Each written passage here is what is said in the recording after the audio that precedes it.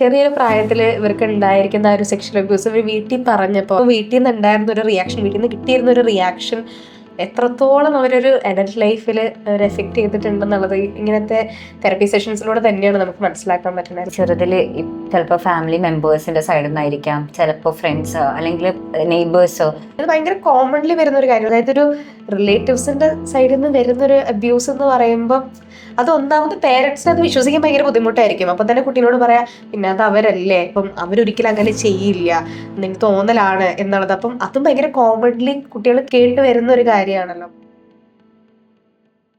ഞങ്ങൾ കുറച്ച് മുന്നേ കുറേ കാര്യങ്ങൾ ഡിസ്കസ് ചെയ്യുമായിരുന്നു. അപ്പോൾ അതിലൊന്ന് രണ്ട് കാര്യങ്ങൾ നിങ്ങളുമായിട്ട് എന്തുകൊണ്ട് ഡിസ്കസ് ചെയ്തുകൂടാ എന്ന് വിചാരിച്ചു. തെറപ്പി കൺസേൺസിൽ ഏറ്റവും കൂടുതൽ വരുന്ന ഒരു കൺസേൺ ആണ് ഇത്. അപ്പോൾ ഇന്ന് ഈ ഒരു ഡിസ്കഷനിൽ എൻ്റെ കൂടെ ഉള്ളത് റെയ്നയാണ്, കൺസൾട്ടൻറ്റ് സൈക്കോളജിസ്റ്റ് അറ്റ് ക്രങ്ക്. എൻ്റെ കൂടെ ഉള്ളത് ഷിഫയാണ്, കൺസൾട്ടൻറ്റ് സൈക്കോളജിസ്റ്റ് ആണ്. അഡൾട്ട്സിൻ്റെ തെറപ്പി സെഷൻസിൽ ഭയങ്കര സീരിയസ് ആയിട്ട് കേൾക്കുന്ന ഒരു ഡിസ്കഷൻ അല്ലേ ഇത്. ഇവന്തോ ഇപ്പോഴും അവരെത്രത്തോളം അത് ഇമ്പാക്ട് ചെയ്യുന്നുണ്ട് എന്നുള്ളതാണല്ലോ നമുക്ക് അതിൽ നിന്ന് മനസ്സിലാവുന്നത്.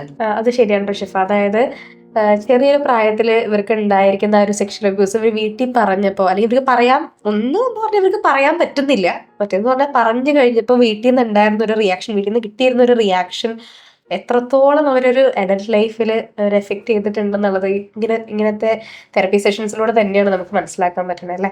ചെറുതിൽ ചിലപ്പോൾ ഫാമിലി മെമ്പേഴ്സിന്റെ സൈഡിൽ നിന്നായിരിക്കാം, ചിലപ്പോൾ ഫ്രണ്ട്സോ അല്ലെങ്കിൽ നെയ്ബേഴ്സോ.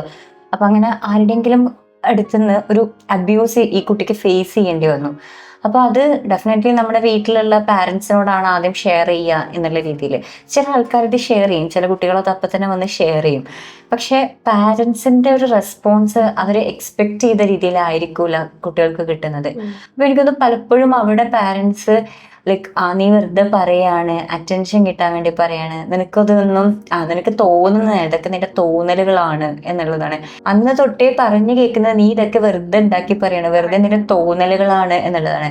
അപ്പം ആസ് ആൻ അഡൾട്ട് ഇപ്പോഴും അവരൊരു കാര്യം ചെയ്യുമ്പോൾ, ഒരു കാര്യം പറയുമ്പോൾ അവർക്ക് ഓട്ടോമാറ്റിക്കായിട്ട് ഒരു തോട്ട് വരണം, ഇത് ഞാൻ ശരിക്കും എൻ്റെ തോന്നലാണോ, ഇത് ശരിക്കും റിയൽ ആണോ എന്നുള്ളത്. ശരിക്കും ഭയങ്കര ആസ്പെക്ട്. പിന്നെ ഇത് ഭയങ്കര കോമൺലി വരുന്ന ഒരു കാര്യമല്ല. പക്ഷെ ഇപ്പൊ പറഞ്ഞ പോലെ അതായത് ഒരു റിലേറ്റീവ്സിന്റെ സൈഡിൽ നിന്ന് വരുന്നൊരു അബ്യൂസ് എന്ന് പറയുമ്പോൾ അത് ഒന്നാമത് പേരൻസിന് അത് വിശ്വസിക്കാൻ ഭയങ്കര ബുദ്ധിമുട്ടായിരിക്കും. അപ്പം തന്നെ കുട്ടീനോട് പറയാം, പിന്നെ അത് അവരല്ലേ, അപ്പം അവരൊരിക്കലും അങ്ങനെ ചെയ്യില്ല, നിങ്ങൾക്ക് തോന്നലാണ് എന്നുള്ളത്. അപ്പം അതും ഭയങ്കര കോമൺലി കുട്ടികൾ കേട്ട് വരുന്ന ഒരു കാര്യമാണല്ലോ. അപ്പൊ അതിൽ നിന്ന് അവർക്ക് ഉണ്ടാവുന്ന ഒരു ബുദ്ധിമുട്ടല്ല. അങ്ങനെ ഒരു കുട്ടി എത്രത്തോളം ബുദ്ധിമുട്ടിയിട്ടായിരിക്കും പേരൻസിന്റെ അടുത്ത് ചെന്നിട്ട് ഇങ്ങനെ ഒരു സംഭവം ആദ്യമായിട്ട് ഉണ്ടാകുമ്പോൾ പറയുന്നത്. അതായത് അവർ എക്സ്പെക്ട് ചെയ്യുന്ന ഒരു റിയാക്ഷൻ, ഒരു എന്താ പറയുക, ഒരു ലവ്, ഒരു കെയർ, അല്ലെങ്കിൽ ചിലപ്പോൾ ആ ഒരാളുടെ അടുത്ത് നിന്ന് അവരൊന്ന് മാറ്റി നിർത്തുക, അങ്ങനെയുള്ള ഒരു കാര്യം എക്സ്പെക്ട് ചെയ്ത് പോകുമ്പോൾ അവർക്ക് കിട്ടുന്നത് ടോട്ടലി ഓപ്പോസിറ്റ് ആയിട്ടുള്ള ഒരു കാര്യമാണ് അല്ലേ.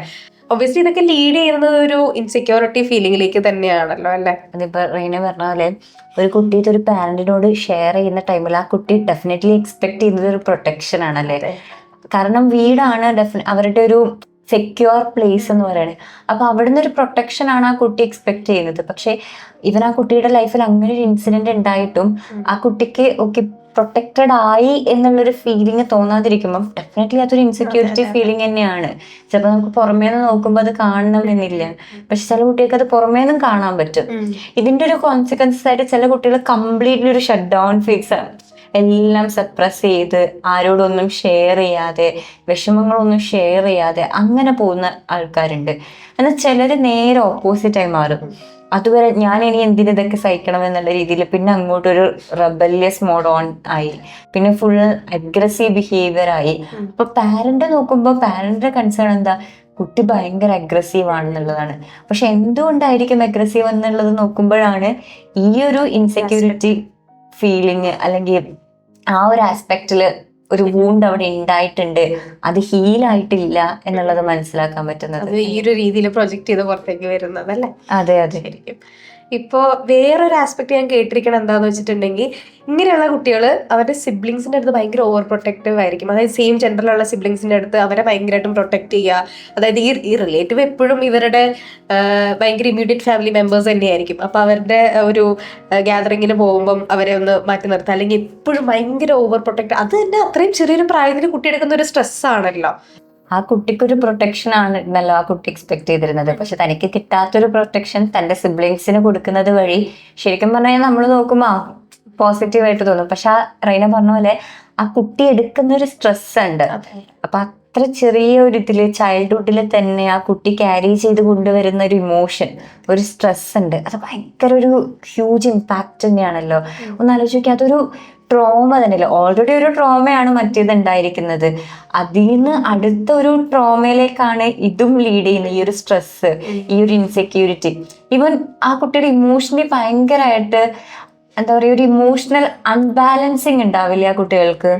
ബഷീഫ പറഞ്ഞ പോലെ തന്നെ ഓൾറെഡി ഒരു ട്രോമ, അതിന്റെ കൂടെ ഈ ഒരു സ്ട്രെസ്, പിന്നെ പേരൻസിന്റെ റിയാക്ഷൻ കൊണ്ട് ഉണ്ടാകുന്ന അല്ലെങ്കിൽ ചുറ്റുമുള്ള ആളുകളുടെ റിയാക്ഷൻ കൊണ്ട് ഉണ്ടാകുന്ന പ്രശ്നങ്ങൾ, ഇതെല്ലാം ലാസ്റ്റ് ഇവരിതിങ്ങനെ ക്യാരി ചെയ്ത് ഇവരുടെ കൂടെ അതങ്ങനെ ഗ്രോ ചെയ്ത് വരികയാണല്ലോ അല്ലെ. ശരിക്കും ഇതിലൊരു മാറ്റം ഇല്ല, അത് കൂടുകയല്ലാതെ കൂടുകയാണ്. അതെ. ഇതിന്റെ ഒരു എക്സ്ട്രീം ഒരു ഇതുണ്ട്. ചില കുട്ടികൾ ഇത് ഷെയർ ചെയ്യുന്ന സമയത്ത് അത് കേൾക്കുന്ന ഒരാള്, പാരന്റ്സ് തന്നെ എന്നല്ല, അത് കേൾക്കുന്ന ഒരാള് കുട്ടികളോട് ചോദിക്കുന്ന കാര്യമുണ്ട്, നീ എന്തിനാ ഇപ്പൊ അങ്ങോട്ട് പോണേ, നീ അങ്ങോട്ട് പോയത് കൊണ്ടല്ലേ, അല്ലെങ്കിൽ നീ അങ്ങനെ ചെയ്തത് കൊണ്ടല്ലേ എന്നുള്ള രീതിയിൽ.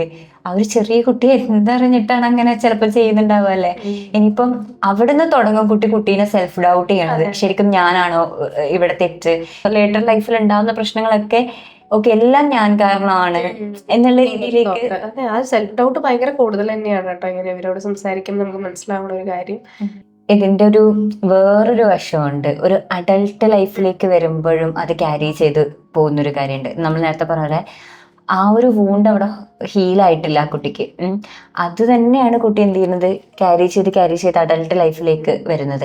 അപ്പം നമ്മുടെ ലൈഫിന്റെ പല പല സ്റ്റേജസ് എത്തുമ്പം, ഒരു സ്റ്റേജിലെത്തുമ്പം ആരായാലും മാരേജ് എന്നുള്ളൊരു ഓപ്ഷനാണ് മുന്നിലേക്ക് സൊസൈറ്റി വെച്ച് തരുന്നത്. അപ്പോൾ ആ ഒരു റിലേഷൻഷിപ്പിലേക്ക് പോകുന്നു. ഈവൻ ഫ്രണ്ട്ഷിപ്പിൽ വരുമ്പോഴും ഉണ്ട്.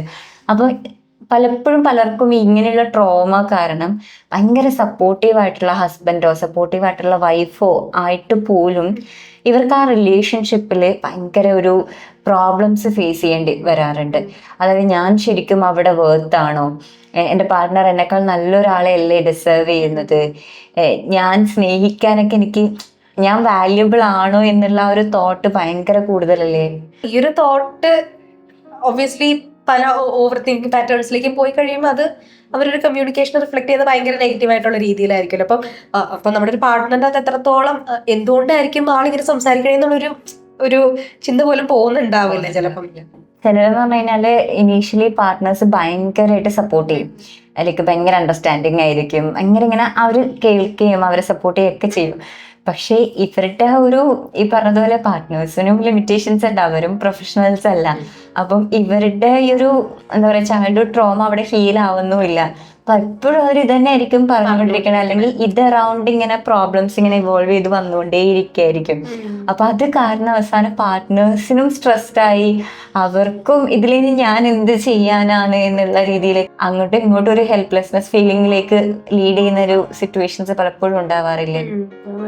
ശരിയാണ്. ഇപ്പം റിലേഷൻഷിപ്പിന്റെ ഒരു ആസ്പെക്ട് പറഞ്ഞ പോലെ തന്നെ ഇനി അടുത്തൊരു ആസ്പെക്ട് എന്ന് പറഞ്ഞാൽ ഇവർക്ക് ഒരു കുട്ടി ഉണ്ടായി കഴിയുമ്പോൾ ഒരു സംഭവമാണ്. ഇപ്പം നേരത്തെ നമ്മൾ പറഞ്ഞ പോലെ തന്നെ ഒരു സിബ്ലിങ്ങിനെ എങ്ങനെ ഓവർ പ്രൊട്ടക്ട് ചെയ്തോ അതുപോലെ തന്നെ അവർ കുട്ടിയുടെ അടുത്ത് ഭയങ്കര ഓവർ പ്രൊട്ടക്ഷൻ ആയിരിക്കും. കാരണം അവർക്ക് കിട്ടാതെ പോയ പല കാര്യങ്ങളും കുട്ടിക്ക് കൊടുക്കണം. ആ ഒരു സെക്യൂരിറ്റി, അല്ലെങ്കിൽ നേരത്തെ ഞാൻ പറഞ്ഞ പോലെ തന്നെ ലോകത്തിനോടൊക്കെ എല്ലാത്തിനോടും ഒരു വെറുപ്പാണല്ലോ അവർക്ക്. ആ ഒരു അതല്ലല്ലോ ഒരു പേടി.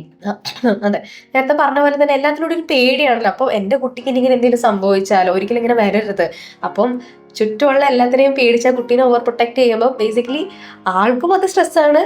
ഈ ഒരു ട്രീറ്റ്മെന്റ് കിട്ടുന്ന കുട്ടിക്കും അത് ഭയങ്കര ബുദ്ധിമുട്ട് തന്നെയായിരിക്കും. അതെ അതെ. അപ്പോൾ അവരൊരു മദർ ആകുമ്പോൾ അല്ലെങ്കിൽ ഫാദർ ആകുമ്പോൾ അവർ വിചാരിക്കുന്ന ഒരു കാര്യം എന്ന് വെച്ച് കഴിഞ്ഞാൽ, എനിക്ക് ചൈൽഡ്ഹുഡിൽ ഇങ്ങനെ ഒരു ഇഷ്യൂ വന്നപ്പം ആദ്യം പാരന്റ്സിനോട് പറയാൻ ഉള്ളൊരു ബുദ്ധിമുട്ടുണ്ടായിരുന്നു.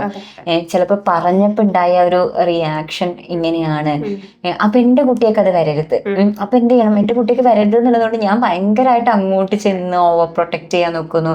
പിന്നെ ഇവർക്ക് എന്ന് പറഞ്ഞു കഴിഞ്ഞാൽ ഇവർ എക്സ്പെക്ട് ചെയ്യാത്ത ഒരാളുടെ അടുത്തുനിന്നായിരിക്കും ചിലപ്പോൾ ഇങ്ങനെ ഒരു ഇൻസിഡന്റ് ഉണ്ടായിട്ടുണ്ടാവുക. അപ്പൊ ഈ കുട്ടി മറ്റുള്ള ആൾക്കാരുടെ അടുത്തേക്ക് ഇന്ററാക്ട് ചെയ്യുമ്പോൾ ഇവർക്ക് ടെൻഷൻ ആവാൻ തുടങ്ങും. ചിലർ അവിടെ ഭയങ്കരമായിട്ട് റെസ്ട്രിക്ഷൻ വെക്കും. അപ്പം പുറമേ നോക്കുമ്പോൾ ഈ കുട്ടീനെ നിൽക്കാനും നീങ്ങാനും സമ്മതിക്കണില്ല, ഫുൾ റെസ്ട്രിക്ഷൻ വെച്ചുകൊണ്ടേ ഇരിക്കുകയാണ്, അങ്ങോട്ട് പോകരുത്, ഇതാവരുത് എന്നുള്ള രീതിയിൽ. പിന്നെ ഇവരുടെ ഫിയർ ഇവർ പോലും അറിയാതെ കുട്ടിയിലേക്ക് ട്രാൻസ്ഫർ ആയി പോകുന്നുണ്ട്.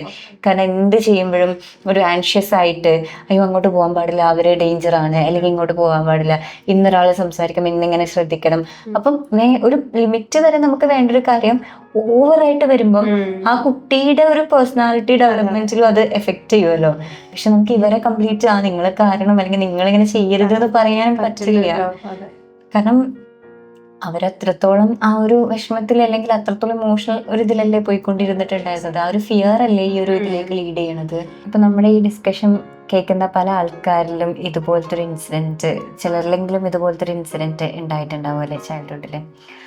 അപ്പോൾ നിങ്ങൾക്ക് അതുപോലൊരു ഇൻസിഡൻറ്റ് നിങ്ങളുടെ ചൈൽഡ്ഹുഡിൽ ഉണ്ടായിട്ടുണ്ടെങ്കിൽ നിങ്ങൾ എപ്പോഴും നിങ്ങൾ തന്നെ കുറ്റം പറയുകയാണ്, അന്ന് നിങ്ങളുടെ സൈഡിൽ നിന്നുണ്ടായ ഒരു മിസ്റ്റേക്ക് കാരണമാണ്, അല്ലെങ്കിൽ നിങ്ങൾക്ക് അന്നൊരു സപ്പോർട്ട് കിട്ടിയില്ല എന്നുള്ള രീതിയിലൊരു ബ്ലെയിമാണ് നിങ്ങളുടെ ഉണ്ടെങ്കിൽ അത് ഇനി വേണ്ട. കാരണം ഒരിക്കലും നിങ്ങൾ സെൽഫ് ബ്ലെയിം ചെയ്യപ്പെടേണ്ട ആൾക്കാരല്ല. അപ്പൊ നിങ്ങൾ വിചാരിക്കുന്നുണ്ടാവും ഭയങ്കര വീക്കാണ് നിങ്ങൾ എന്നുള്ളത്. പക്ഷെ ഒരിക്കലും ആ ഒരു ആസ്പെക്റ്റിൽ ചിന്തിക്കാതിരിക്കുക. കാരണം ഇത്രയും നമ്മുടെ ലൈഫിൽ ഉണ്ടായിട്ടും ഇപ്പോഴും ഫൈറ്റ് ചെയ്ത് നമ്മൾ ഓരോ ദിവസവും മുന്നോട്ട് പോകുമ്പോഴും നമുക്ക് വേണ്ടി എടുത്ത ഓരോ സ്റ്റെപ്സും അത്രയും നമ്മൾ സ്ട്രോങ് ആയതുകൊണ്ട് തന്നെയാണ് നമ്മൾ ത്രൈവ് ചെയ്ത് മുന്നോട്ട് പോകുന്നത്. ഇപ്പൊ ഇത്രയും സ്റ്റെപ്സ് എടുത്തിട്ട് നിങ്ങൾക്ക് നിങ്ങളുടേതായ രീതിയിൽ അതിൽ നിന്ന് മൂവ് ഓൺ ആവാൻ പറ്റിയിട്ടില്ല എന്നുണ്ടെങ്കിൽ ഡെഫിനറ്റ്ലി നിങ്ങളൊരു പ്രൊഫഷണൽ ഹെൽപ്പ് എടുക്കുക എന്നുള്ളതാണ് നിങ്ങൾക്ക് വേണ്ടി നിങ്ങൾക്ക് ചെയ്യാൻ പറ്റുന്ന ഒരു കാര്യം.